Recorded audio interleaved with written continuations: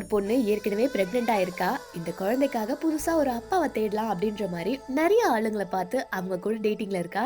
அந்த மாதிரி ஒருத்தரை மீட் பண்ணி அவங்க கூட டேட்டிங்ல இருக்கும் போதுதான் தெரியுது இவங்க ரெண்டு பேருமே ஒருத்தருக்கு ஒருத்தர் மனசார விரும்புறாங்க அப்படின்ற விஷயம் தெரிஞ்சு அவரும் நேரா வந்து நான் உன்னை கல்யாணம் பண்ணிக்கிறேன் அப்படின்ற மாதிரி சொல்றாரு. அதுக்கேத்த மாதிரி கொஞ்ச நாள்ல இவளுக்கு குழந்தை பிறந்துருது. அதுக்கப்புறம் ரெண்டு பேருமே சந்தோஷமா வாழலாம் அப்படின்ற மாதிரி நினைக்கிறாங்க.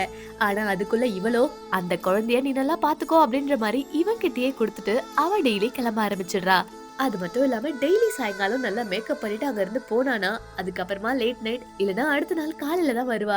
இத பார்த்த இவளோட ஹஸ்பண்டும் இவ என்னதான் இப்படி பண்றா, யார் கூட தான் இப்படி போய் சாட் பண்ணிட்டு இருக்கா அப்படின்ற விஷயம் தெரிஞ்சுக்கிறதுக்காக அவரோ இவளோட பின்னாடியே போய் பார்க்க போறாரு. அங்க போனா இந்த பொண்ணு பப்ல நிறைய பேரோட இருக்கிறத பாக்குறாரு. பார்த்த உடனே என்னடா இவ இப்படி அப்படின்ற மாதிரி நினைச்சிட்டு வீட்டுக்கு வந்துடுறாரு.